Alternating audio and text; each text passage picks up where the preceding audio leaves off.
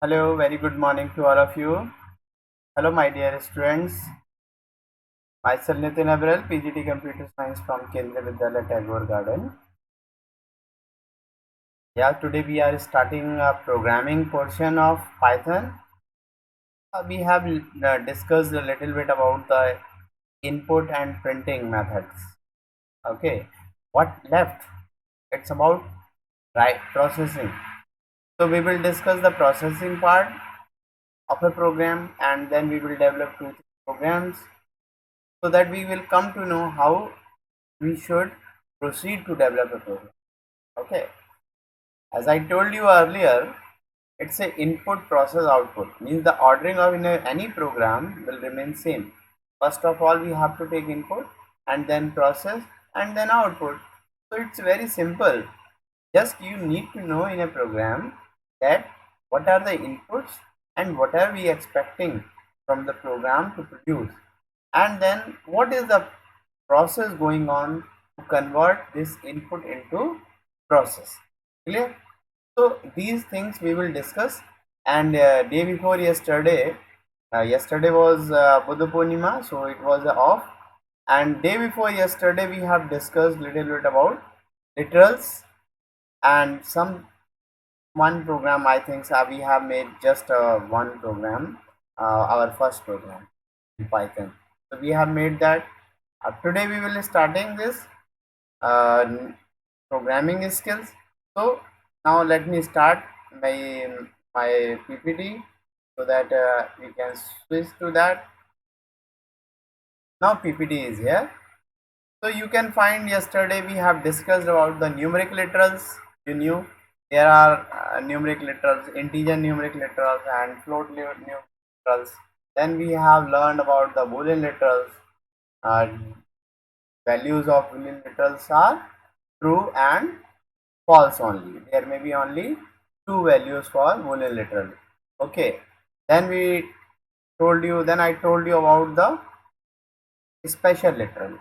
What is special literal in Python? Remember, special literal is none. None, we have shown to you, none is a special literal. In other language it is used as null, but in Python it is treated as none. None stands for the absence of value.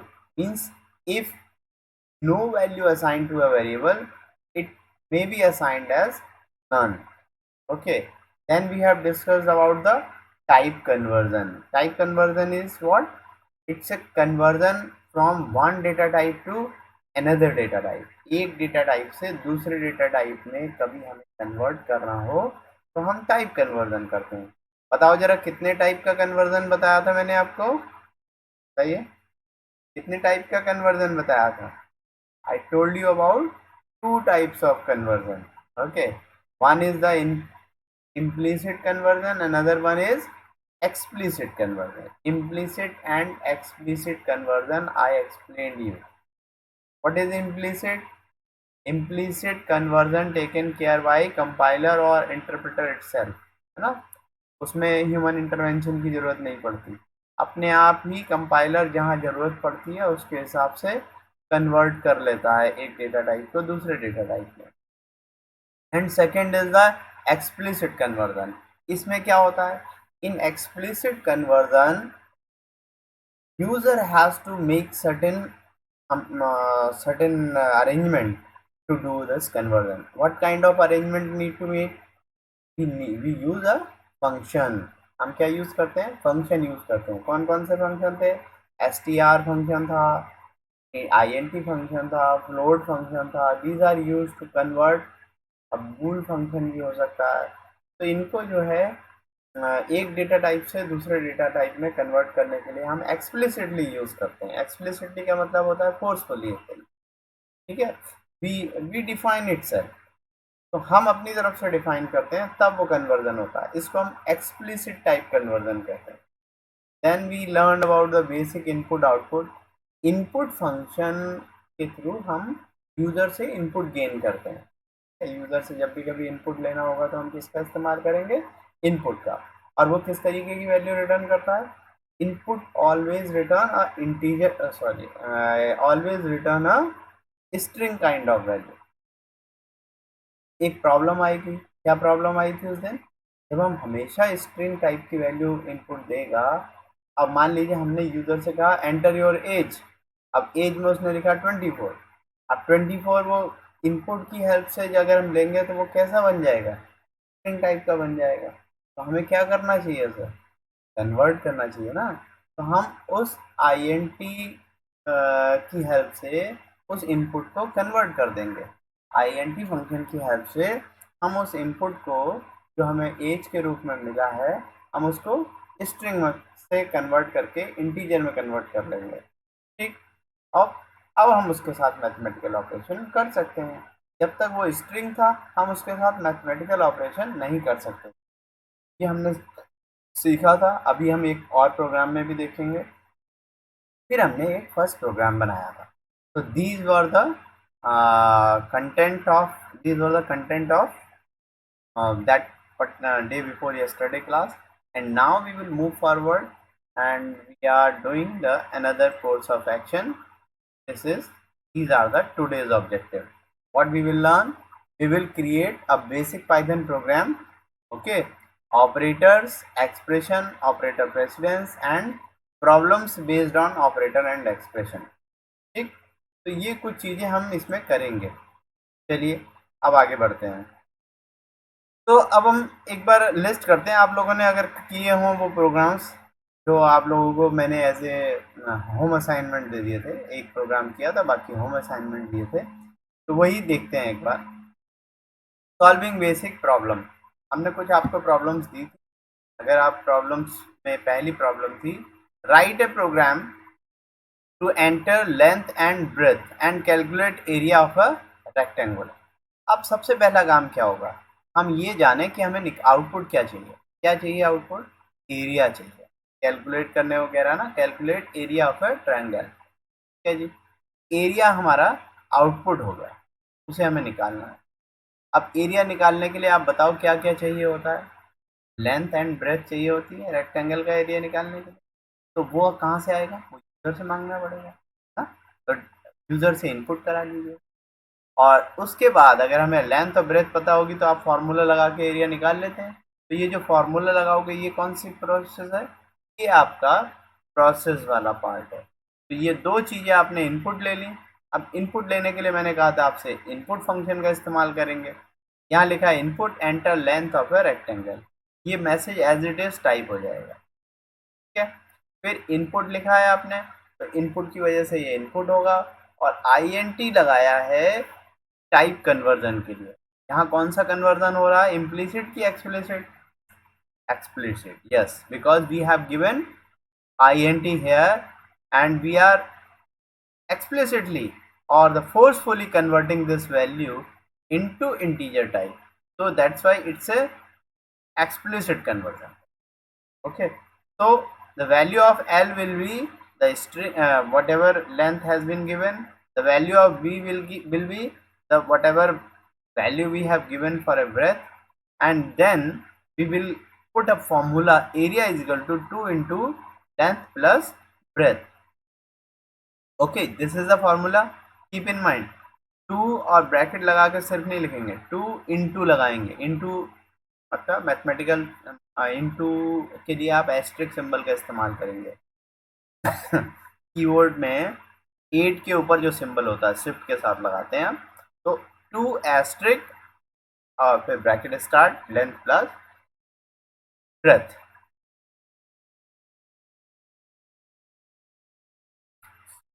ये into length plus breadth, ये हमने perimeter लगाया है या area लगाया है? Formula शायद गलत लगा दिया हमने। लेंथ इंटू ब्रेथ होना चाहिए, लेंथ इंटू ब्रेथ। तो हम यहाँ पर सिंपली ये गलत लगा दिया हमने, ये पेरीमीटर का फार्मूला लगा दिया। सिंपली आप लिखोगे area is equal to length into breadth, and फिर प्रिंटिंग मैसेज दे देंगे area of rectangle is area. Clear? तो यहाँ तक का अभी आपको एक क्वेश्चन क्लियर है। अभी हम इसका डेमो दिखा देते हैं आपको। डेमो देखने के लिए हमें पाइथन पर चलना होगा। चलिए पाइथन पर चलते हैं। तो पाइथन स्टार्ट कर देते हैं और पाइथन पर मूव कर जाते हैं। चलिए, अब एक प्रोग्राम बनाने के लिए आपको सबसे पहला काम क्या करना होता है, बताइए क्या काम करते हैं। फाइल मेन्यू में जाते हैं, फाइल में न्यू, न्यू फाइल ओपन किया। अब हम वही सब कमांड लिखेंगे यहाँ पर। L is equal to I N T put input quotes में एंटर लेंथ।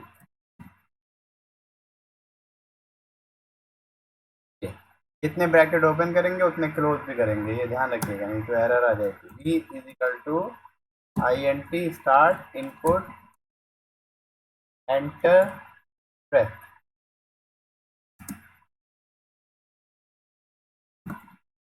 Enter press.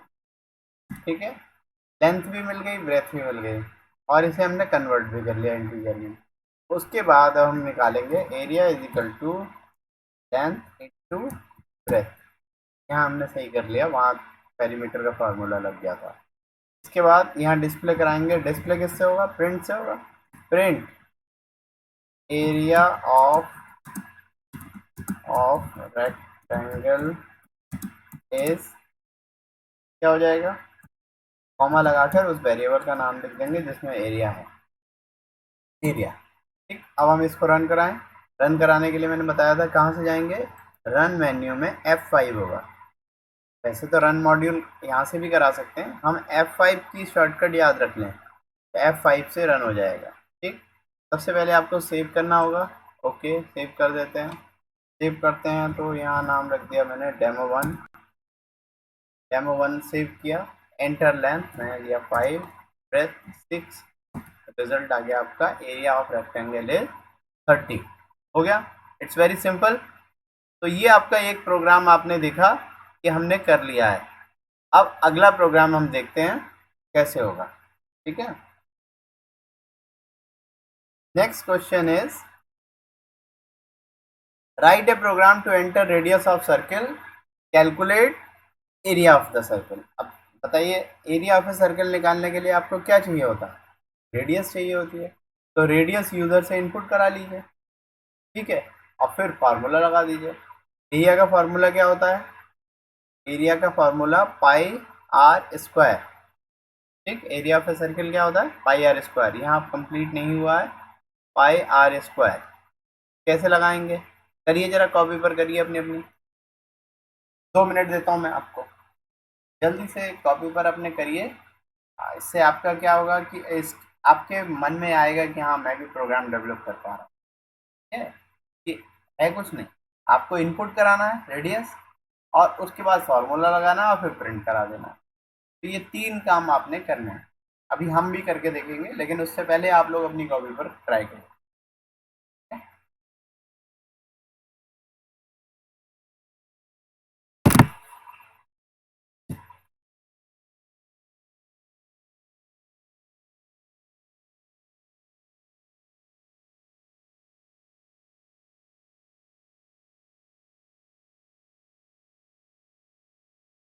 हाँ जी, कहाँ तक पहुँचे, कुछ हुआ?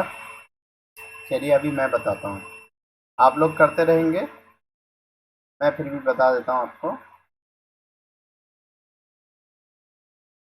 चलिए अब हम दूसरी फाइल क्रिएट करते हैं। File, new file, new file में गए। अब हम यहाँ लिखेंगे, प्रोग्राम बना रहे हैं हम, R is equal to I N T input, क्या इनपुट कराना बताइए, enter radius of circle, enter radius of circle. ठीक है जी, रेडियस एंटर हो जाएगी। अब उसके बाद आपको फॉर्मूला लगाना है, एरिया इज इक्वल टू पाई। पाई की वैल्यू कितनी होती है, 3.14। पाई हम लिख नहीं पाएंगे तो हमने सीधे वैल्यू लगा दी, इंटू आर। आर हमारा स्मॉल है तो याद रखिएगा, केस सेंसिटिव होती है पाइथन, इसलिए हमें आर स्मॉल में ही लिखना होगा। पाई आर स्क्वायर, क्योंकि ऊपर भी आर लिया है ना, अगर ऊपर कैपिटल में आर लेते तो हम कैपिटल आर यहाँ लिख सकते थे, लेकिन हमने स्मॉल में आर लिया है तो हमें वेरिएबल वही लेना होगा, अदरवाइज रिजल्ट कुछ और आएगा। Area is equal to pi are square. अब हमें प्रिंट कर देना बस। Print area of circle is, और क्या हो जाएगा, कॉमा लगाकर एरिया लिख, एरिया स्मॉल लेटर में लिखा है तो हमने वैसे ही लिखा। अब हम इसको रन कराएं। रन कराने के लिए हमें कौन सी की चाहिए होती है, रिकॉल करिए F5, लेकिन before that we have to save it. तो हमें सेव करना होगा। जब हमने F5 कराया उसने हमें सेव करने के लिए मांगा, हमने लिख दिया डेमो 2। मैंने अपनी फाइल को सेव कर दिया। कहाँ सेव हो रही है वो अभी बताया था मैंने आपको पहले भी, फिर भी बता देता हूँ। जहाँ पर पाइथन 32 वाला पाथ है ये, इसमें सेव हो रही है डिफ़ॉल्ट डायरेक्टरी। अभी रन कराइए, ये हमसे मांगेगा एंटर रेडियस ऑफ सर्कल, आ गया स्क्रीन पर, मैंने दे दिया 4। इसके हिसाब से इसने मुझे एरिया ऑफ सर्कल निकाल के दे दिया 50.24। आप मैनुअली कैलकुलेट करिए और देखिए क्या रिजल्ट चेक ठीक आया है। मैनुअली चेक करिए रिजल्ट ठीक है आपका। हाँ जी, ऑफ कोर्स आया होगा ठीक, कंप्यूटर ने किया है तो ठीक ही होगा। हाँ, समटाइम्स हम लॉजिकल मिस्टेक कर देते हैं, मीन्स हमारा लॉजिक ही ठीक नहीं होता तो रिजल्ट कहाँ से ठीक आएगा। हाँ, इसलिए हमें लॉजिक पर ध्यान रखना कि हमारा लॉजिक क्या है। हालांकि अभी हम सिंपल प्रोग्राम कर रहे हैं, लॉजिक वाले प्रोग्राम अभी नहीं किए हैं, ठीक है। वो तब करेंगे जब हम थोड़ा लूपिंग या डिसीजन कंस्ट्रक्ट के बारे में पढ़ लेंगे। डिसीजन कंस्ट्रक्ट, लूपिंग कंस्ट्रक्ट, वो अभी थोड़ा आगे हैं। तो फिलहाल अभी हम यहाँ तक पहुँच चुके हैं। एक और प्रोग्राम रन कराते हैं, ठीक है। हाँ जी, ये है solving basic problem. Write a program to enter name, marks of 5 subjects and calculate total and percentage of student. ठीक है जी, हमें क्या लेना है, अब इनपुट क्या होगा और हमें निकालना क्या है। सबसे पहले आउटपुट देखो, टोटल निकालना है। टोटल से परसेंटेज निकल जाती है आराम से, बिल्कुल निकल जाएगी।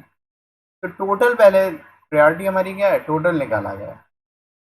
टोटल निकालने के लिए हमें क्या चाहिए, मार्क्स चाहिए।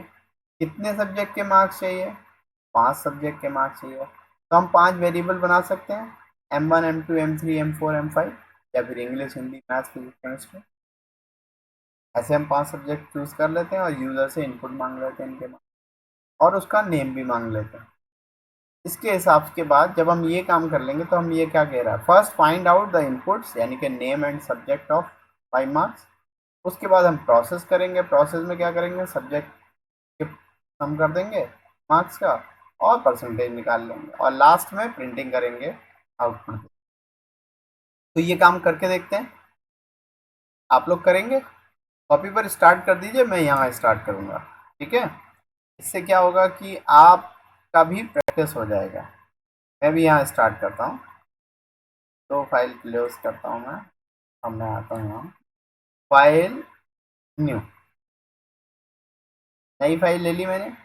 अब यहाँ यूज़र से नाम मांगना है, ठीक है। तो मैंने लिख दिया name is equal to input bracket में एंटर योर नेम, ठीक। अब एक क्वेश्चन नहीं है आपके दिमाग में, आपके माइंड में एक क्वेश्चन आना चाहिए कि यहाँ तो इंटीजर नहीं लगाया आपने। बड़ी देर से मैं इंटीजर लगा रहा था सब जगह, लेकिन यहाँ इंटीजर नहीं लगाया, क्यों नहीं लगाया भाई। नेम कैसा होता है, नेम स्ट्रिंग टाइप का होता है। क्या क्यों होता है स्ट्रिंग टाइप का, क्योंकि उसमें अल्फ़ाबेट्स होते हैं सारे, उसमें क्या न्यूमरिक होते हैं।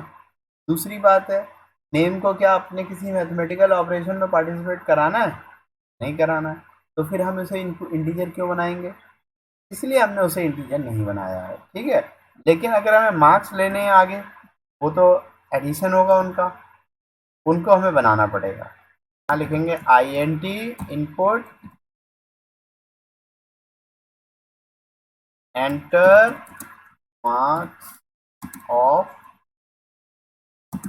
इंग्लिश, अच्छा सा मैसेज दे देते हैं, ठीक।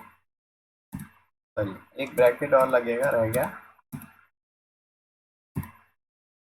अब दूसरा क्या होगा, अब हम इसकी कॉपी पेस्ट कर लेंगे 5 बार, Ctrl+C Ctrl+V Ctrl+V Ctrl+V Ctrl+V, और इन सबको बदल देते हैं। ये हो जाएगा आपका 2 ये 3, 4 और ये 5। ठीक है, अब ये सब इंग्लिश के ही मार्क्स हो गए। इसको एक क्या कर दीजिए, हिंदी, ये मैथ्स कर देते हैं। ठीक है, और ये कर देते हैं फिजिक्स,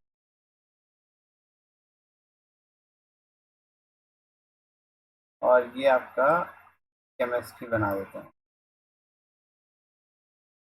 केमिस्ट्री। हाँ जी, अब हमारे पास इनपुटिंग तो हो गई, कन्वर्जन भी हो गया मार्क्स का। अब अगला काम क्या है, हमें सम करना है। तो total is equal to, tot नाम का वेरिएबल ले लें या पूरा ही ले लेते हैं, total is equal to m1 plus m2 plus m3 plus m4 plus m5। Simple, ठीक है जी, टोटल तो हो गया।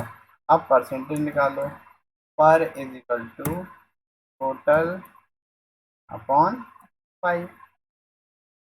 अब ये टोटल मार्क हैं कितने में से, मान लेते हैं 100 में से, मतलब 100 का पेपर था। ठीक है, तो एजम्पशन रख लेते हैं m1 जो है 100 में से, m2 भी 100 में से, तो कितने हो गए टोटल, 500 हो गए। तो 5 से डिवाइड कर देंगे और अब हम इसे प्रिंट करा देंगे, प्रिंट करा दीजिए। तो प्रिंट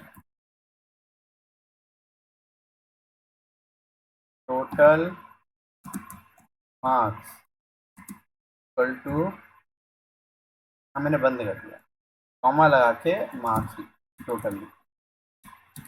तो आउटपुट देखिएगा अब कैसा आएगा। फिर कॉमा लगाया, फिर ब्रैकेट स्टार्ट किया, and percentage, and percentage is equal to, comma लगा के पर लिख दिया। थोड़ा फॉर्मेटेड आउटपुट आएगा, अच्छा सा दिखने में अच्छा लगेगा। ठीक है, प्रिंट का पी कैपिटल है इसलिए एरर आ सकती है।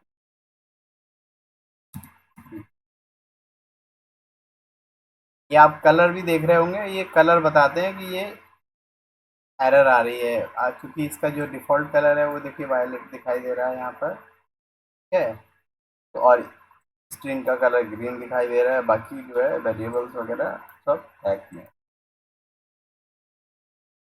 रन कराएं, रन कराने के लिए F5 की, F5 किया हमने और रन करा दिया, डेमो 3। क्यों है एरर, क्यों आई है वही देखो जरा, एंड ऑफ लाइन एरर। ओ, यहाँ सिंगल कोट्स लगा रहे हैं, वहाँ डबल कोट्स लगा रहे हैं, एरर तो आएगी ही, यही करना है। हमने यही सही कर देते हैं। अब बताइए अभी भी आएगी एरर, डेमो 3 के नाम से सेव हो गया था। एंटर योर नेम, निखिल, और इसके मार्क्स हैं इंग्लिश में 89, हिंदी में 98, मैथ्स में 79, फिजिक्स में 8 और केमिस्ट्री में 98। देखिए इसके 452, 452 मार्क्स टोटल है, और परसेंटेज। अब आउटपुट देखिए आप, आउटपुट की formation, total marks is equal to 452 and percentage is equal to 90.4। तो आपने देखा ये आउटपुट भी आप कैसे किस तरीके से फॉर्मेट करते हो, वो आप देख लीजिए प्रिंट स्टेटमेंट। हूँ फिर से दिखाता हूँ, कोड दिखाता हूँ। कोड देखिए यहाँ पर, हमने यहाँ पर देखिए पहले स्ट्रिंग डाला और हमारे दिमाग में सेट है कि हमें ऐसे आउटपुट चाहिए, तो हमने वैसे लिख दिया total marks is equal to, ये एज इट इज प्रिंट हो गया, और यहाँ लिख दिया टोटल। ये टोटल क्या है, वेरिएबल है, वेरिएबल को कभी भी डबल कोट्स में मत लिखना, अदरवाइज ये वैसे ही प्रिंट हो जाएगा, टोटल लिख के आ जाएगा, total marks is equal to total हो जाएगा। इसको हमने ऐसे ही रखेंगे, इसकी वैल्यू आ जाएगी। फिर comma and percentage is equal to per, तो यहाँ से मार्क्स आ जाएंगे, उसी के आगे सेंटेंस बन जाएगा and percentage is equal to per. हाँ जी, कोई डाउट है इसमें, लगता तो नहीं कोई डाउट होना चाहिए जी। अब आप जो हैं आगे बढ़ते हैं, नेक्स्ट क्वेश्चन इज, ये हमारे कुछ और क्वेश्चन थे, कि फीट को इंचेस में कन्वर्ट करना है, सेंटीग्रेड को फ़ारेनहाइट में कन्वर्ट करना है, सिलेंडर का वॉल्यूम निकालना है। तो इसके कुछ हिंट्स दिए हुए हैं हमने, इनको लेकर आप प्रैक्टिस करेंगे अपने क्वेश्चंस की। क्वेश्चंस कहाँ है वो दिखा दूँ? क्वेश्चंस तो वैसे मैंने कल भी दिखाए थे, फिर भी आप देख लीजिए एक बार क्वेश्चंस भी, एक नज़र क्वेश्चंस पे डालिए। ये है क्वेश्चन, 3 क्वेश्चन मैंने कर दिए हैं, 3 आपको करने हैं। Write a program enter distance in feet and convert it into inches. Inches में कन्वर्ट करना है, तो कैसे करेंगे? देखिए 1 फीट इज टू 12 इंचेस बता दिया मैंने। यूजर से क्या कराइए, फीट में डिस्टेंस एंटर करा लीजिए और उसे कन्वर्ट कर दीजिए, हो जाएगा। चलिए वापस आते हैं। इसके बाद नेक्स्ट क्वेश्चन है, write a program to enter value of temperature in Fahrenheit and convert it into Celsius. तो इसके लिए फॉर्मूला होता है, ठीक है, साइंस में आपने पढ़ा होगा। ये आपका फॉर्मूला होता है, centigrade is equal to Fahrenheit minus 32 upon 1.8। तो इस तरीके से आपका कन्वर्जन सेंटीग्रेड से फ़ारेनहाइट में हो जाएगा इस फॉर्मूला से। बाकी आपने यूजर से क्या लेना है, फ़ारेनहाइट में वैल्यू लेनी है और सेंटीग्रेड में वो कन्वर्ट हो जाएगी।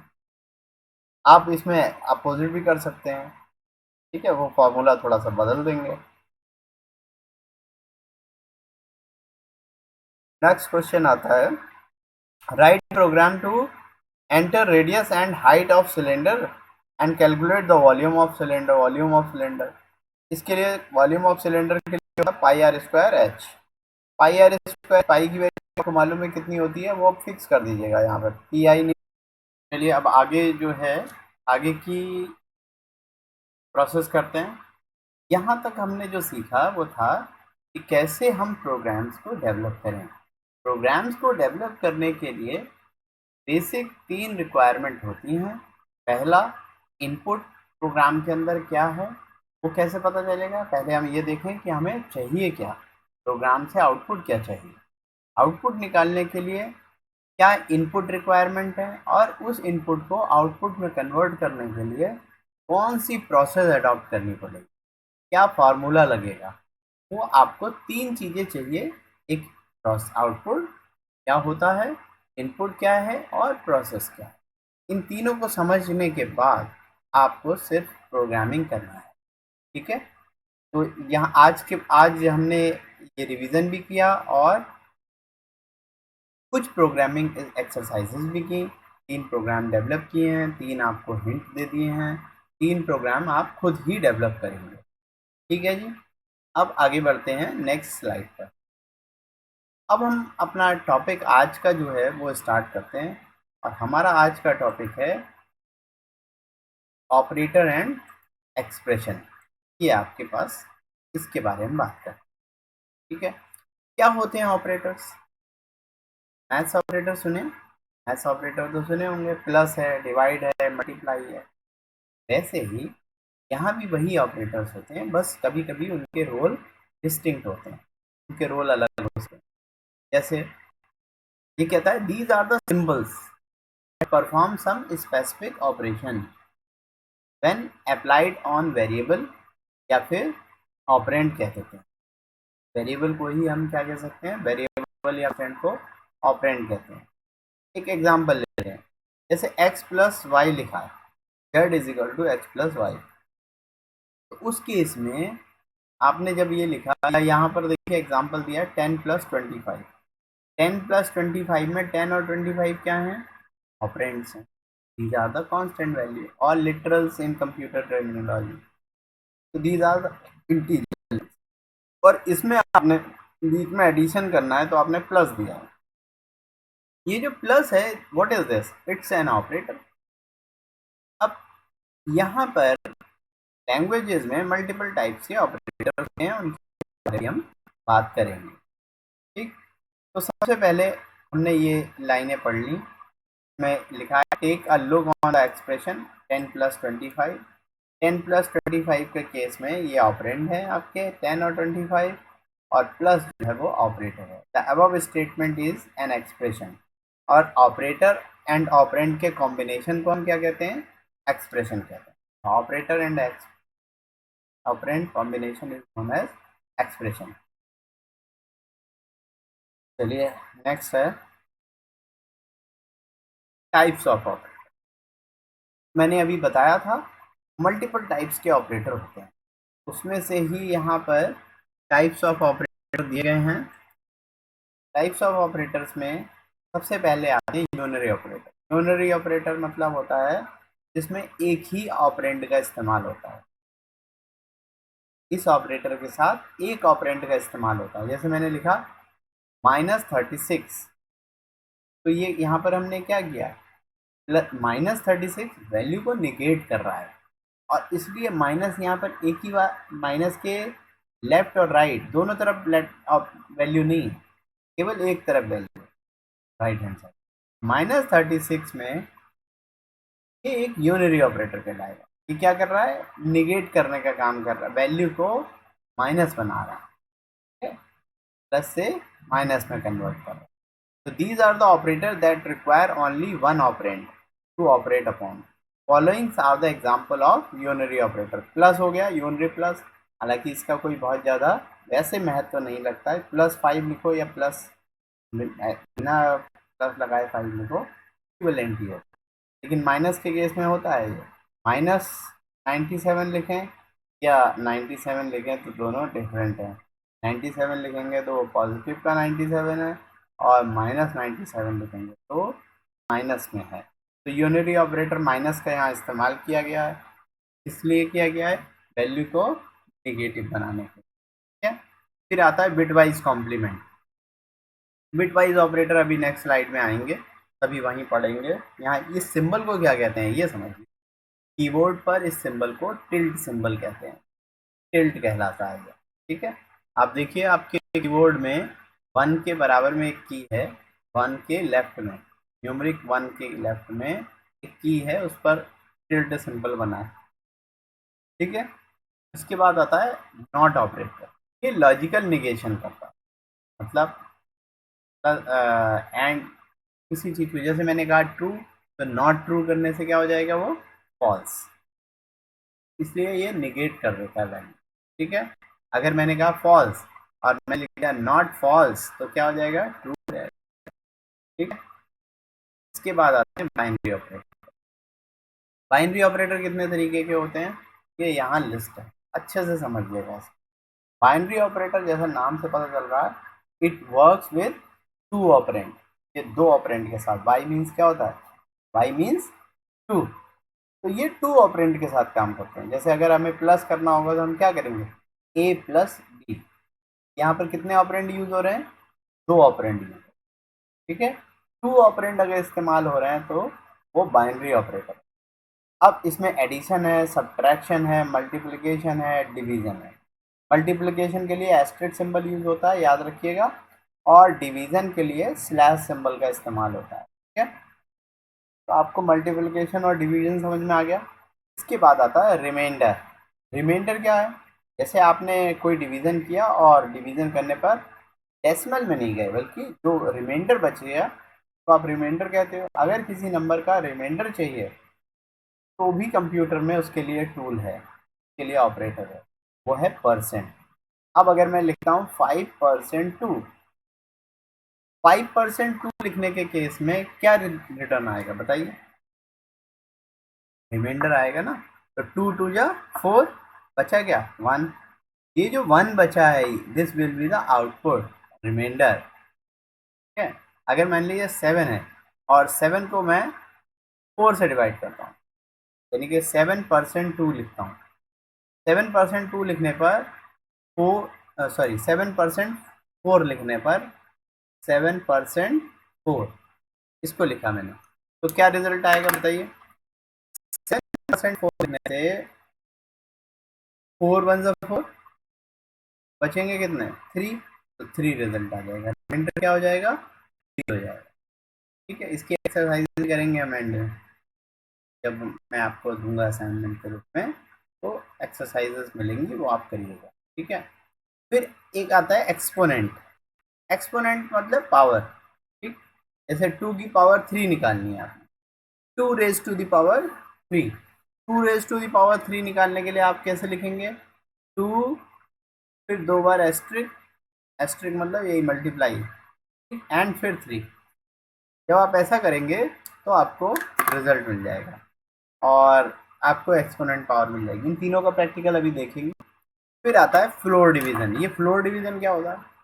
फ्लोर डिवीजन का मतलब है किसी डिवीजन का सिर्फ इंटीजर पोर्शन आपको दे देगा। ठीक है, डिवीजन हो सकता है जैसे अगर मैंने 5 को 2 से डिवाइड किया तो क्या आएगा 2.5, लेकिन 2.5 ना देके नॉर्मल डिवीजन में वो 2.5 होगा, लेकिन फ्लोर डिवीजन में वो सिर्फ 2 ही रिटर्न करेगा। प्रैक्टिकली इसको देख लें, एक बार देख लेते हैं प्रैक्टिकली, तो you will feel better. Now we are to Python console. Console पर आ गए। अब देखते हैं, यहाँ पर आप चाहते हो कि 7 को 7% 4 करके देखना चाहते हैं, 7% 4, तो रिटर्न में क्या आ गया? 3 आ गया। ठीक है, 7% 4 से रिटर्न में 3 आ गया। एक बार स्क्रीन क्लियर कर लेते हैं, उसके बाद दोबारा ज़्यादा बेहतर।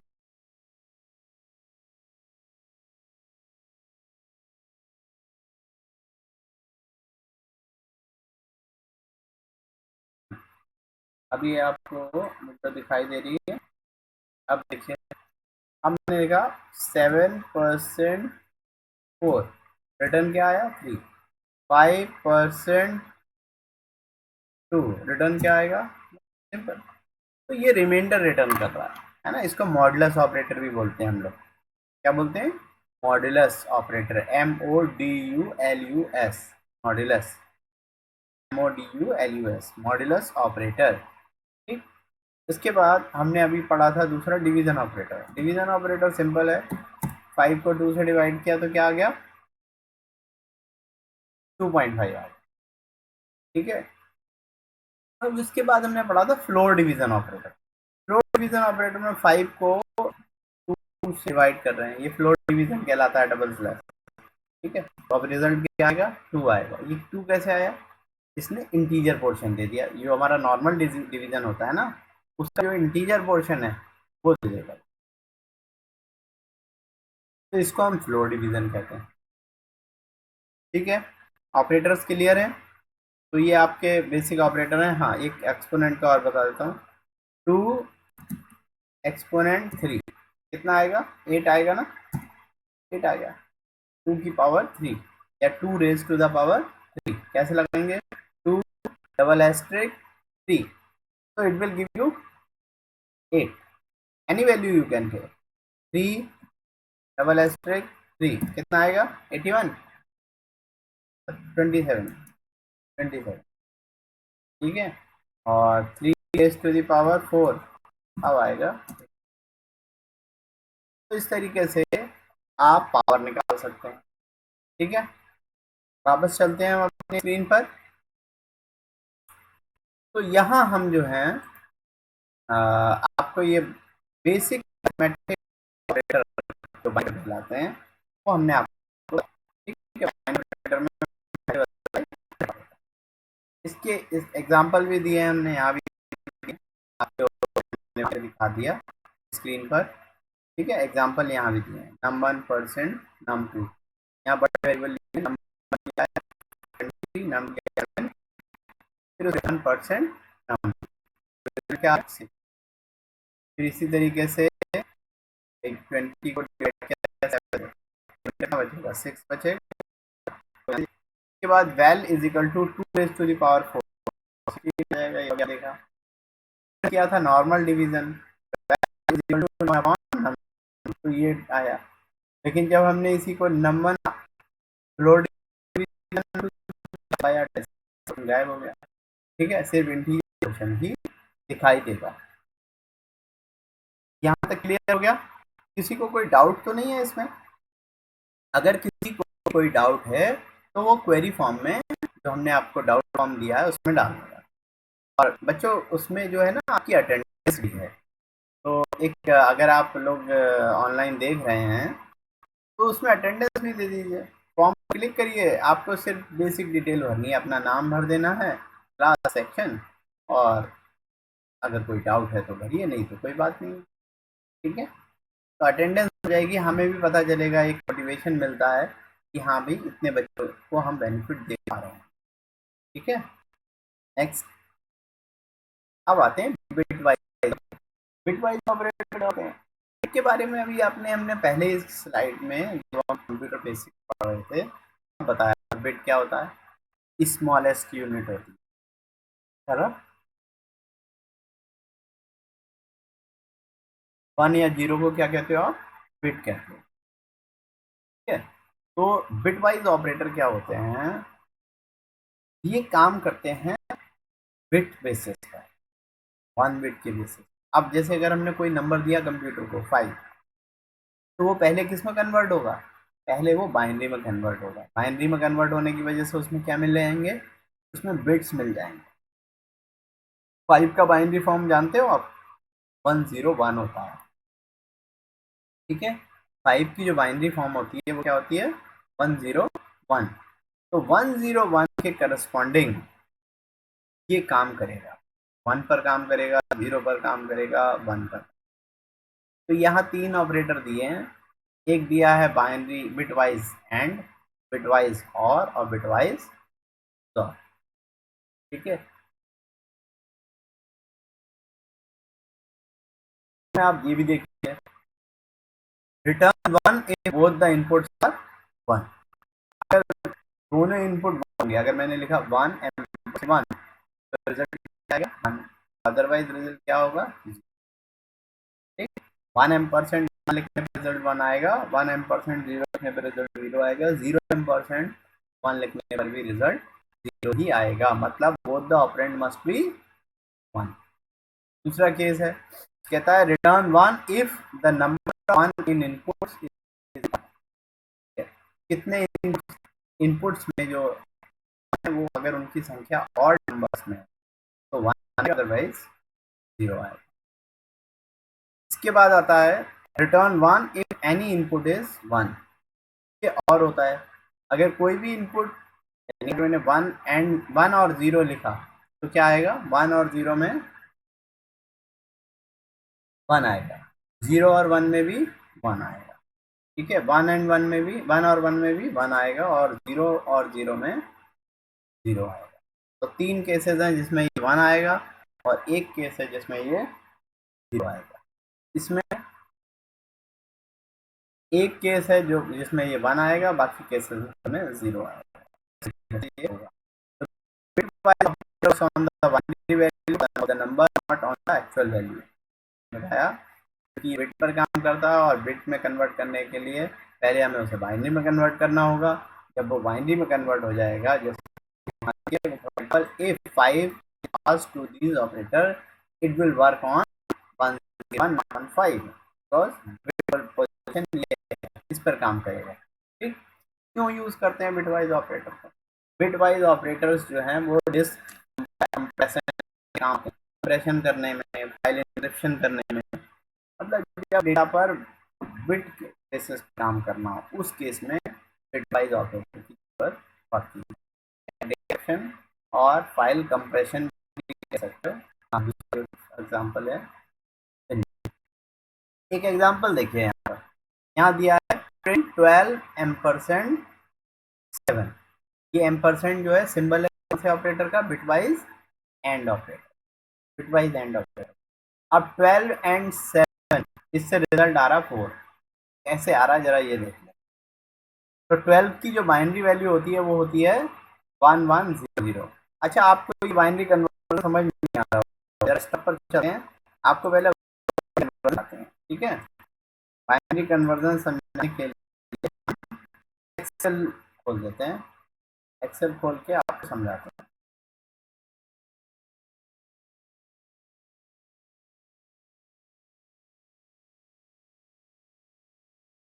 सपोज करिए हमें 12 का ही बाइनरी कन्वर्जन, तो 12 को क्या किया जाएगा? डिवाइड किया जाएगा, कितने से? 2 से। और यहाँ है आपका 12। ठीक है, ये हो गया नंबर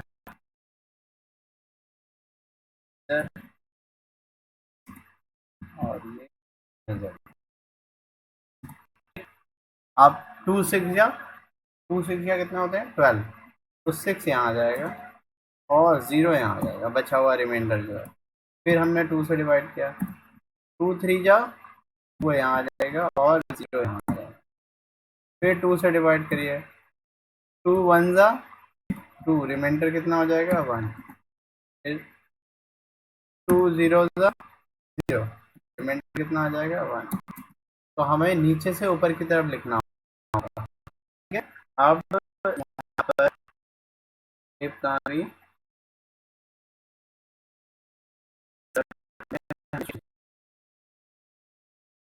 अब इसको नीचे बॉटम से अप साइड की तरफ, बॉटम साइड लिखेंगे तो 1 1 0।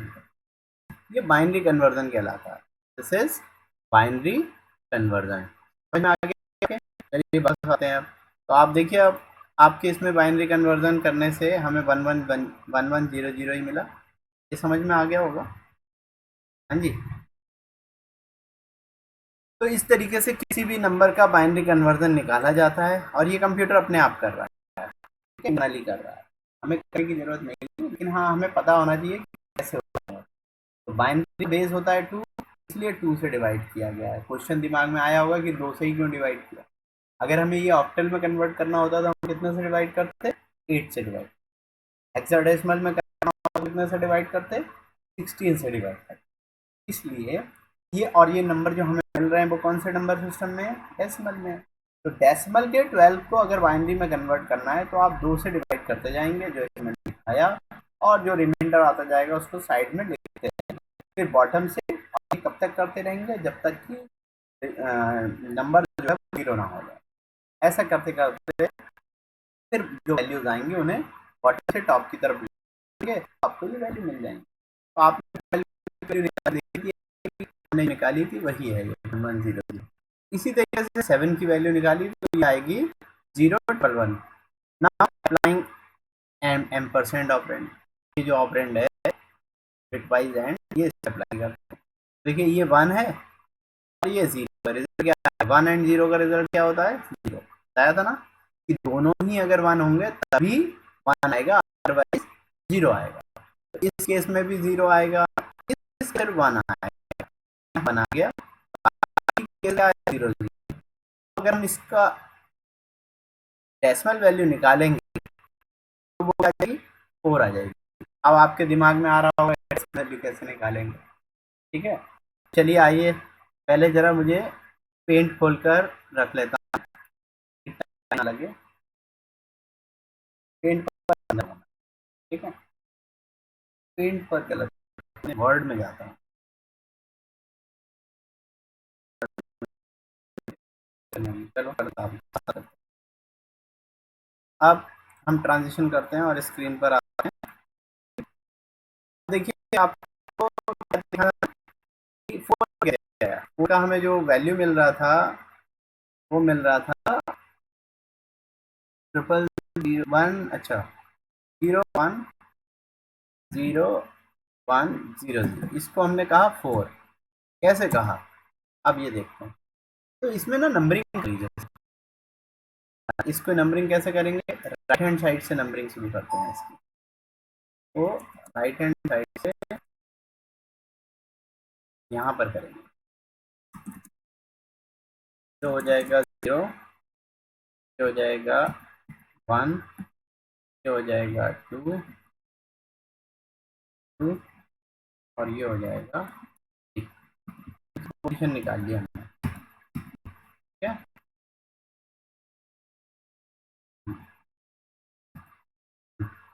तो देखिए ये हो गया 0 पोजीशन पर, ये हो गया 1, ये 2, ये 3। अब अब आपको क्या करना है, अब पावर लगाते जाइए, पावर लगानी होगी। कैसे, ये हो जाएगा, यहाँ पर क्या नंबर है, ये नंबर क्या है, यहाँ लिखे 0 इंटू 2 की पावर 3, 2 की पावर लगानी है 3, 3 पावर लगाने के लिए, ठीक है। फिर वापस आए प्लस, अगला नंबर क्या है ऊपर, 1, 1 इंटू 2 की पावर, 2 की पावर कितनी आएगी 2, लिखिए 2 की पावर 2, ये 2 कहाँ गया, ये जो नंबर है इसका ये है। फिर प्लस करेंगे, प्लस 0 इंटू 2 की पावर 1 हो जाएगा, 2 की पावर 1। फिर प्लस 0 इंटू 2 की पावर 0, पावर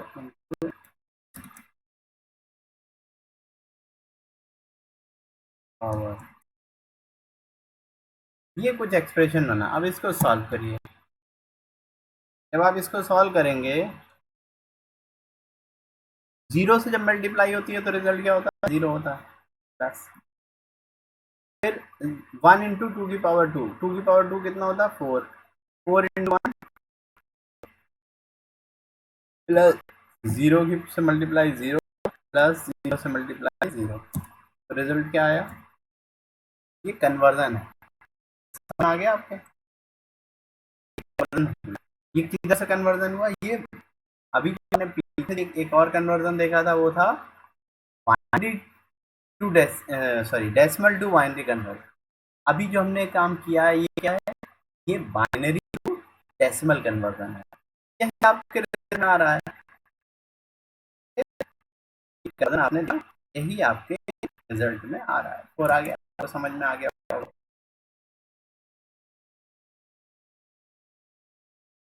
हाँ जी, तो ये क्लियर है, ये 4 वैल्यू समझ में आ गई कैसे आई।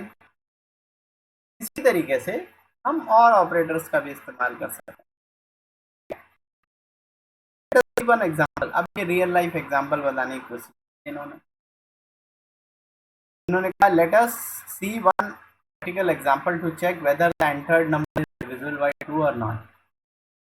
डिविजिबल ऑफ 2 या डिविजिबल बाय 2 और इन a power of 2 or not.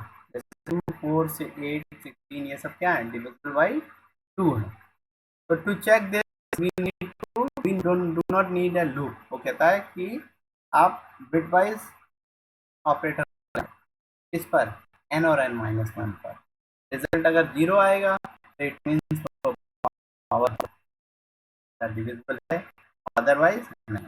इस केस में नंबर इनपुट कराया और नंबर इनपुट करा के इन्होंने लिखा n एंड n माइनस